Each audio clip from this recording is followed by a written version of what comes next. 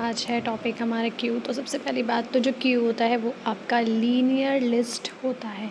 Linear list यानी कि आपका लीनियर डेटा स्ट्रक्चर होता है कि इट मीन्स कि सारे ऑपरेशन इसमें सीक्वेंस में जाते हैं और ये आपका होमोजीनियस कलेक्शन ऑफ एलिमेंट्स होता है। इट मीन्स कि जो सारे एलिमेंट्स होते हैं वो सेम टाइप के होते हैं और ये किस पे काम करता है, फीफो पे।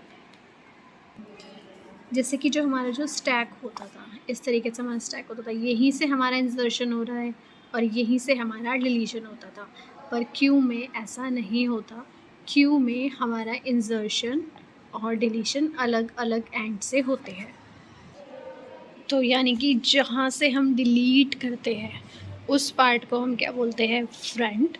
और जहाँ से हम इंसर्शन करते हैं, जहाँ से हम इंसर्ट करते हैं, उस पार्ट को बोलते हैं हम रियर। और ये हमारा फीफो पे काम करता है। इट मीन्स कि फर्स्ट इन फर्स्ट आउट। इसका मतलब ये हुआ कि जो पहले आता है वो ही पहले डिलीट होता है। ठीक है, जो पहले आएगा वो ही पहले डिलीट होगा। पर स्टैक में क्या हो रहा था कि जो सबसे एंड में हमने इंसर्ट किया था, जो ऊपर वाले को ही हम डिलीट कर रहे थे। पर यहाँ पे क्या होता है कि जो पहले आया है उसको डिलीट करते हैं। अब बात करते हैं बेसिक ऑपरेशन ऑफ क्यू की। तो दो तरीके के ऑपरेशंस होते हैं उसमें, इंसर्ट करना और डिलीट करना। तो इंसर्ट को आप बोलते हो एन क्यू और डिलीट को आप बोलते हो डी क्यू। ठीक है, तो इन एन क्यू मतलब इंसर्ट, जब भी आप कोई एलिमेंट आप पुश कर रहे हो तो आप उसको एन क्यू बोलोगे। और डिलीट यानी कि जब आप उसमें से कोई भी एलिमेंट पॉप कर रहे हो तो आप उसको क्या बोलोगे, डी क्यू बोलोगे। क्यू कुछ इस तरीके की आपकी दिखती है।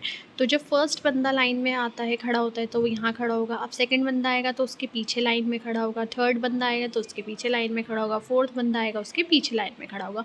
और सपोज़ करिए कि बंदे लाइन में खड़े हुए हैं, तो अब पाँचवा बंदा आएगा तो वो लाइन में पीछे से ही लगेगा। और ये सपोज़ करिए आपका कोई एक मूवी काउंटर है, तो सबसे पहले मूवी काउंटर में से टिकट किसे मिलेगी, आइटम 1 को मिलेगी, तो ये यहाँ से डिलीट हो जाएगा। फिर अब किसे टिकट मिलेगी, आइटम 2 को, ये डिलीट हो जाएगा। फिर आइटम 3 को, ये डिलीट, फिर आइटम 4 को, इस तरीके से। तो यानी कि जो फ्रंट से क्या हो रहा है, हमारा डिलीशन हो रहा है। और इंसर्शन कहाँ से हो रहा है, हमारा रियर से। जो भी न्यू एलिमेंट्स आ रहे हैं वो इंसर्ट कहाँ से होंगे, रियर से होंगे। अगर आपकी क्यू एम्प्टी है तो वो एम्प्टी क्यू है। इसमें आप देखिए कोई भी एलिमेंट्स नहीं है। ये जो 1 2 3 4 लिखा है ये इनके एड्रेसेस है, जो फ्रंट और रियर की वैल्यूज़ बनेगी। ठीक है, तो जब फ्रंट और रियर में आपकी कुछ नहीं है तो वो ज़ीरो हो गया। तो यानी कि आपकी क्या है, वो एम्प्टी क्यू है। अब ध्यान से देखिए, इस क्यू में एक एलिमेंट है। इट मीन्स कि ये ही एलिमेंट है जो इंसर्ट हुआ है और यही एलिमेंट है जो डिलीट हुआ है। अब कोई भी न्यू एलिमेंट आएगा तो इसके बाद आके लगेगा, पर सबसे पहले काम किस एलिमेंट का होगा, इसी एलिमेंट का। अब देखिए यहाँ पे फ्रंट की वैल्यू और रियर की वैल्यू दोनों मैंने बराबर लिख रखी है। क्यों, क्योंकि मेरा एलिमेंट क्या है, 20, और वो किस पे है, 1 पे है। तो फ्रंट भी यही है मेरा 1 और रियर भी मेरा यही है 1, क्योंकि यही मेरा इंसर्ट हुआ है और इसी को ही मुझे डिलीट करना होगा। तो दोनों की वैल्यूज़ क्या है, 1। तो जब भी कभी front is equal to rear होता है तो इसका मतलब ये होता है कि एक ही एलिमेंट है, there is only 1 element in the queue. ये हमेशा आपको याद रखनी है, ये एमसीक्यू में भी आ जाती है कि वो कौन सी कंडीशन है जब फ्रंट और रियर सेम है। तो वो कब होती है, जब एक ही एलिमेंट होता है क्यू में, चाहे वो यहाँ हो, चाहे वो यहाँ हो, चाहे वो यहाँ हो, किसी भी पोजीशन में हो, पर उसकी वैल्यू सेम आती है। अब जब भी हम कुछ डिलीट करते हैं, जब भी हम कुछ डिलीट करना चाहते हैं एलिमेंट, तो हम कहाँ से डिलीट करते हैं, जो सबसे पहले आया था। ठीक है, तो जब भी हम डिलीट करते हैं तो कहाँ से हम डिलीट करते हैं, फ्रंट से डिलीट करते हैं। तो हमारी फ्रंट में +1 होता चला जाता है। वो कैसे, अभी आप देखिए, अभी आपके पास 3 एलिमेंट है, 4 5 6। यहाँ पे आपकी फ्रंट की वैल्यू क्या है, 1। फ्रंट की वैल्यू क्या है आपकी, 1, क्योंकि यहाँ से डिलीशन स्टार्ट होता है। और रियर की वैल्यू, लास्ट इंसर्शन कहाँ हुआ है आपका, 6 पे, जो कि है 3 पे। तो फ्रंट की वैल्यू है 1 और रियर की वैल्यू है 3। अब आपने इसमें से एक एलिमेंट आपने डिलीट कर दिया थी। मैं बोल रही हूँ कि आप डिलीट कर दो, तो आपने फर्स्ट एलिमेंट ही आप इसमें से डिलीट करोगे। तो अब कहाँ से लाइन स्टार्ट हो रही है, 2 से। ठीक है, तो अब फ्रंट की वैल्यू पहले 1 थी, अब फ्रंट की वैल्यू क्या हो गई है, 2, और रियर की वैल्यू क्या ही रह गई है आपकी, जो सेम पहले थी, जो कि है 3। तो यानी कि आप देखो, जब आपने डिलीट ऑपरेशन लगाया तो सिर्फ किसकी वैल्यू चेंज हुई है, फ्रंट की, और वो भी क्या हुई है, +1 हुई है। तो हमेशा याद रखना है कि जब भी आप डिलीट करते हो तो क्या होता है, front is equal to front +1 हो जाता है।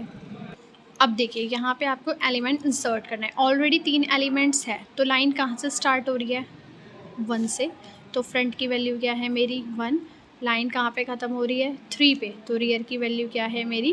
2, क्योंकि यहाँ से लाइन ख़त्म हो रही है, इंसर्शन यहीं से होगा, इसको रियर बोलेंगे, डिलीशन आगे से होगा तो उसे फ्रंट बोलेंगे। अब वो बोल रहा है कोई एलिमेंट इंसर्ट करना है। जब कोई एलिमेंट इंसर्ट करना है तो फ्रंट किस पे काम करता है? डिलीट पे।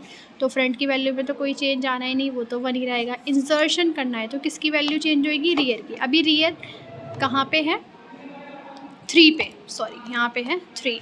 तो अभी रियर लास्ट लाइन कहाँ लगी है? 3 पे। अब मुझे एक और एलिमेंट इंसर्ट करना है 9, तो मैं यहाँ पे 9 इंसर्ट करूँगी। तो देखो मैंने यहाँ पे 9 इंसर्ट कर दिया। तो पहले तो 3 पे लाइन ख़त्म हो रही थी, अब लाइन कहाँ पे ख़त्म हो रही है? 4 पे। इट मीन्स कि रियर की वैल्यू पहले 3 थी और अब क्या हो गई है? 4 हो गई। तो यहाँ पे भी आप देखेंगे +1 का एक डिफरेंस यहाँ पे आ गया है। तो हमेशा आपको याद रखना है कि जब भी आप इंसर्शन करोगे तो क्या होगा? रियर +1 होगा, और जब भी आप डिलीट करोगे तो फ्रंट +1 होगा। तो जैसे अगर मैं आपको एक क्वेश्चन दूँ कि आपके कुछ एलिमेंट्स है A, B, D, E, ये आपको क्यू में इंसर्ट करने हैं 1 बाय 1, ठीक है। तो ये आपकी क्यू है। अभी क्यू में आपने इंसर्ट करना है, लाइन वाइज या लीनियर वाइज। तो पहले आपने A इंसर्ट किया, तो जैसे ही आपने A इंसर्ट किया, अभी पहला स्टेप है, पहला ऑपरेशन है, A इंसर्ट करना है। तो यानी कि फ्रंट की भी क्या वैल्यू है? 1, और रियर की भी क्या है? 1, और ये दोनों क्या है? सेम है, इक्वल है। तो यानी कि क्या है कि एक ही एलिमेंट है क्यू में। अब सेकंड स्टेप क्या है?